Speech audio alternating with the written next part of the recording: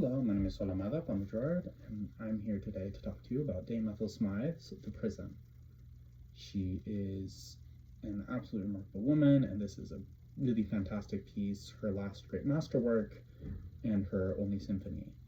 She was the first woman awarded damehood for her work in composition. She was a lesbian, a suffragette, and the first woman to prepare an opera at the Met. She was born in 1858 to her father, who was a very wealthy military man who earned his wealth pillaging India and supporting the genocidal British Raj over there. I think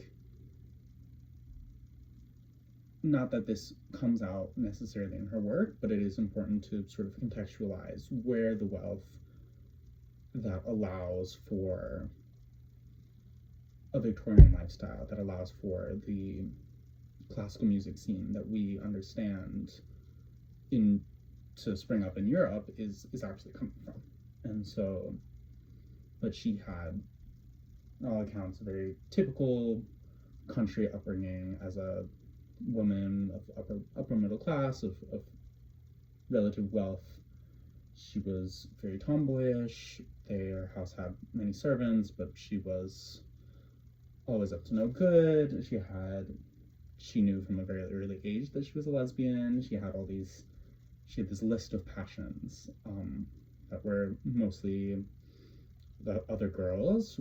Was her governess, and she had many governesses. This is sort of a rotating position in the household, but one of them went to Leipzig Conservatory to study music, and from this point, she gets this idea that beyond what she's doing, I mean, she's taking lessons with fairly accomplished amateurs, she's studying the piano, she's singing, she's composing little duets for her and her sister, but these are all very typical of just sort of any similarly classed woman of the time period. But the idea to become a real sort of serious composer was much more rarefied, and this is where she connects it to studying at Leipzig.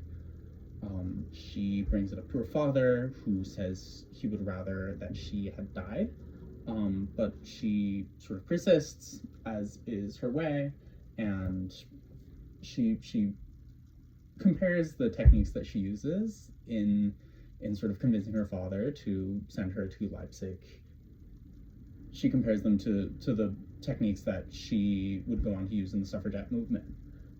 But she locks herself in her room. She's sneaking out to London to see performances of music. She is premiering her music. She is really, really adamant and is waging war, and eventually gets her way and leaves in 1877 to the Leipzig Conservatory, where she studies for a time. She does study there, and she does eventually go on to find other private instruction, but the real education that she finds in Leipzig is just the musical culture there. It is so rich. There's Brahms is coming through, Clara Schumann's coming through, that there's this musical circle that just has so many of the greats and so much fantastic music that she has the ability to see at the Gewandhaus, the sort of standard place where music is played, or one of the main ones where orchestral music is played in Leipzig.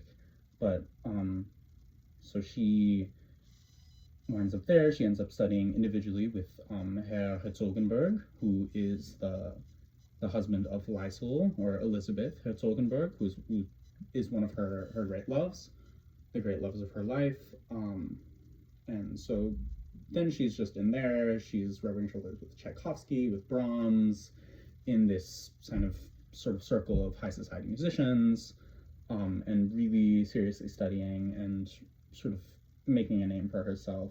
She meets Henry Brewster, who becomes a sort of paramour, but also the librettist to several of her operas, and also this work, The Prison. who is the husband of Elizabeth's sister, Julia Brewster. But Henry Brewster writes the libretti for Fantasio, which premieres in 1898. This is after, so there's this whole friction between with Elizabeth and Julia and Herhard Solgenberg and Henry Brewster, but eventually in 92 Elizabeth dies, and then Henry Brewster's wife also dies, and they end up working together in this really active period between sort of around like 95 or so up through 1908 when Henry Brewster dies. But they write Fantasio, sort of one of her first operas, and premiered in 1898. Then The Vault premieres in 1902, and then at 1903 at the Met, to pretty thin and incredibly misogynistic reviews, and Stammrecht, or The Wreckers, which is generally regarded as her masterpiece, it premieres in 1906. But Henry Brewster dies in 1910. She meets Emmeline Pankhurst, who is a keystone of the suffragette movement, and sort of puts her career aside to really devote herself to that. It's a sabbatical from her work, and so she is really involved. She ends up going to prison for 2 months in Holloway Prison for breaking somebody's window. But sort of then she continues living this lifestyle. She has all these rich connections, and she comes back, obviously, once World War I starts, to London and to the States, and is sort of floating around in this high society. It is all the way towards 1929 when she is starting to go deaf. All of this stuff with Brewster and Elizabeth are far in the past. There's a motive of a thrush call that Elizabeth had heard that takes place in the first movement. There's the words by Henry Brewster. There's a military bugle talking about her childhood. There's a sort of resetting of an old chorale that she wrote for organ in Schwing dich auf deinem Gott. And there's a lot of old Greek melodies that she incorporates. But this is really sort of a culminating jewel at the end of her career. In terms of the performance history, it was premiered in 1931 at Edinburgh to great success and applause, and then was brought back in 1934 at the Ethel Smyth Festival to more mixed reviews, I think in London. Then sort of intermittently was performed. In 2008, we get a recording with the Berliner Kapelle and a performance as well. And then in 2018 is a pretty big year. It's a co-premiere with the Cecilia Chorus in New York and the Experiential Chorus. It's sort of a coincidence that they are both unpackaging this work at the same time. But the Experiential Chorus also goes on to make the recording. This is led by James Blackley, and Blackley also does the engraving, does a digital engraving of what is at the moment only really available in this manuscript facsimile from München that's published in 2015. And there's a piano vocal score by J. Kerwin and Sons, released in 1930, that we have an annotated copy of in the Northwestern Archives, and that's what I'm working from. It's signed by Ethel Smyth and has the sitting and standing happening at the same time, and so we're pretty sure that it's her copy, and it must have been one of, as she was going deaf, like right then, it must have been one of the very early conducting scores of it. It's even though it is a piano vocal, not the full score. In the score, we find a good handful of differences. There's obviously her notes, so she is emphasizing diminuendoing crescendos, ritardandos. She's moving some fortes around, but major things are alternate voicing for the choir at rehearsal 17 and for the baritone around rehearsal 37, which the baritone is written in the full score and it's just transferred to the piano vocal. There's a color note for the baritone in the stringendo for 28. There's tenutos that are moved to accents in choral pickups, bar before the rehearsal 19 and the fourth bar of 21. And the main thing is this added segment for choral excerpting of the work. So she makes this kind of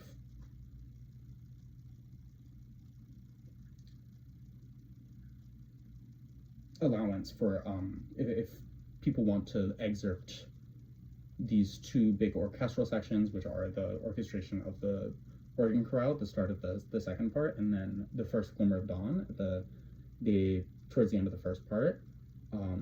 But it will go from the top of first glimmer of dawn, that's like going into 50, then there's bridge material from 2 before 57 that transfer you from there to the top of 2 and then through that chorale section. She has attached a little sketch to the piano vocal score, but it's present in the full score already.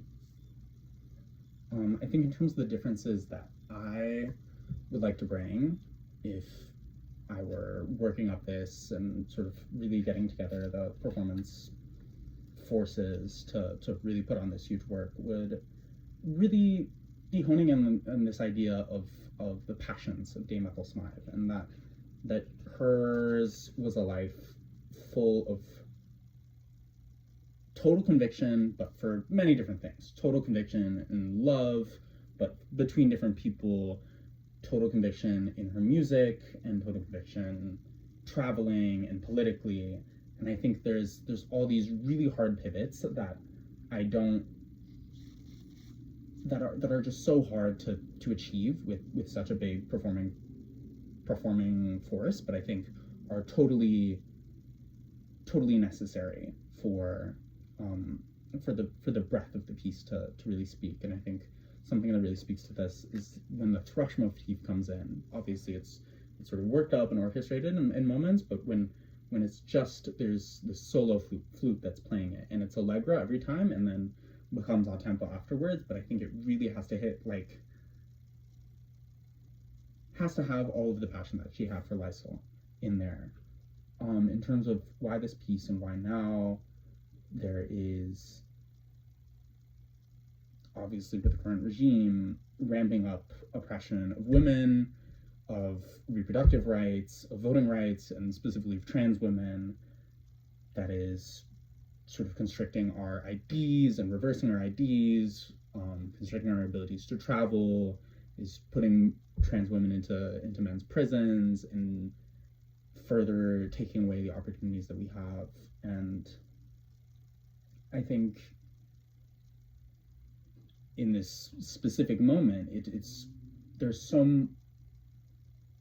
so many things call for our institutions like Benin to step down and to come away from our political convictions, and to sort of shy away and play things safe and do just the classics. But I think from my perspective as a trans woman, there's no way that I can just stop being trans. I can't start singing soprano tomorrow and sort of masquerade as cis. That I'll always, if I am producing good art, will be visibly a trans woman. I think it is important for institutions that have the ability and the resources to put on productions like this to choose works that are masterful and works that are obviously sort of, this is by a 19th century great. Obvious, like, orchestras are doing stuff by 19th century greats pretty much all the time. But I think specifically for this, to center and celebrate women's voices and to say something universal and to have this plea for freedom of a prisoner. And I think something that would be really special, if I were to be considered for this, or any other of the excellent trans baritones that I know, I think it would be a really remarkable color to sort of shift the perspective to that this is a woman's perspective from the prisoner. And I think that would be just something really exciting in terms of what an audience would need to know. For sure, a program note kind of talking about her life, and I think really connecting into political action, and so sort of honoring the legacy of Dame Ethel Smyth, and maybe a couple words at the production of the piece. But I think this is really exciting. It's been really lovely to research, and thank you.